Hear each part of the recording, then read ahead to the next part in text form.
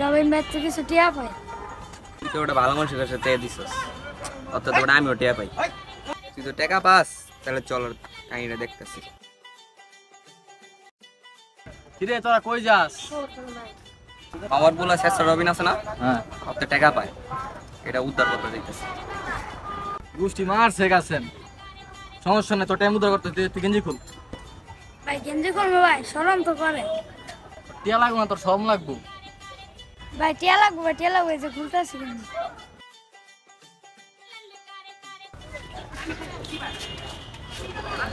আমি তো খেলা লাগবে 10টা দিয়ে দে কিনছি ভাই আমার একটু দাও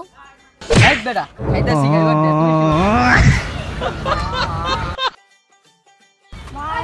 ভাই টিয়াটা তুমি দিলা না